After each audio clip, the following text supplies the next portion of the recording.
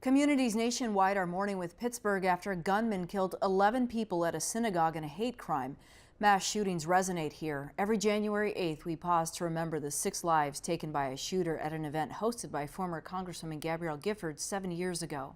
That tragedy gave rise to the National Institute for Civil Discourse. Executive Director Carolyn Lukensmeyer joins us via Skype from Washington, D.C. Carolyn, thanks so much for your time today. And thanks for having me. Nearly 10 years with the Institute, we've continued to see violence and disagreements. How has the Institute measured its success in recent years? When you're looking at the situation we're in the country and the way in which incivility and disrespect has almost become like a virus in our culture beyond our politics, it's very difficult to track all of the elements that you want to track. But we have two very specific ways.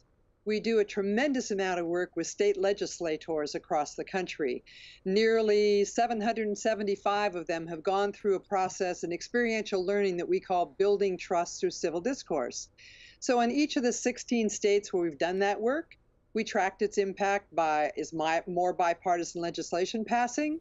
Is there more informal contact between members across the aisle? It's more challenging when you're working with the public, because we're organizing events, particularly in 4 states we've chosen to go quite deep: Maine, Ohio, Iowa, and of course Arizona. And there we're bringing together the public. Sometimes it's one-on-one, sometimes it's small groups, sometimes it's a whole church. So having access to those people to track how their behavior changes after we work with them is much more difficult than it is in the context of a legislative organization. When people think of the word civility, what should they be thinking of? So when I first took this position, I actually looked up the etiology of the word. It turns out it's a French word. It comes from a French word in the 1300s, and what it really means is the duties and responsibilities of a citizen. So when we work with people, we say, no, we're not talking about manners. We're not talking about being nice.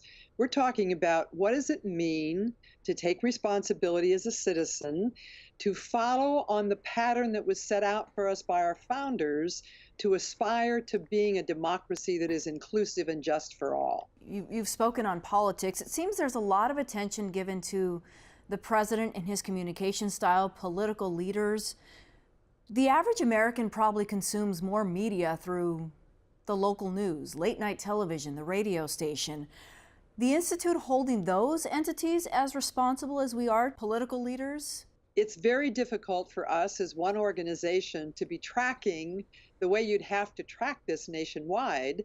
So we work in a collaboration with organizations to put out something we've called, there's a website your viewers might want to look at, www.revivecivility.org, where we have put up all the kinds of designs and practices that we know will shift this, and where we encourage people like the people you just mentioned that know they should take a different level of responsibility about what's happening.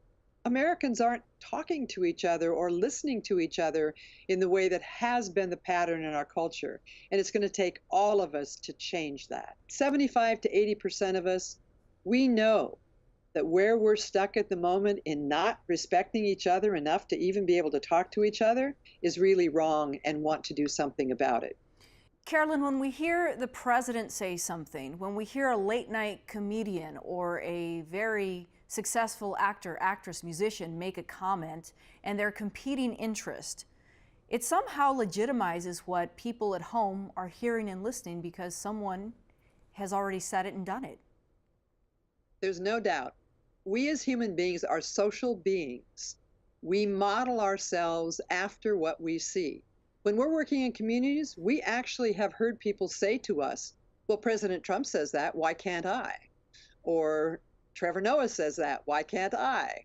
So this issue of it's not a direct A-B cause and effect relationship, but what has happened over the last 4 years is that bigoted, misogynist, otherizing, demonizing language has once again in the public arena been made legitimate for anyone who has that kind of feeling, however buried it may have been. Something that is fascinating and we haven't spoken enough about is that since we do model after people who are powerful in our lives, Some research just came out from a researcher named Jamil Zakir at Stanford University, where he's taken and repeated some of the older research on the negative side, but he's also discovered that this kind of modeling and legitimating and encouraging works on the caring kindness side. Wouldn't it be something if all of us in our circles of influence stepped up and started making civility, respect,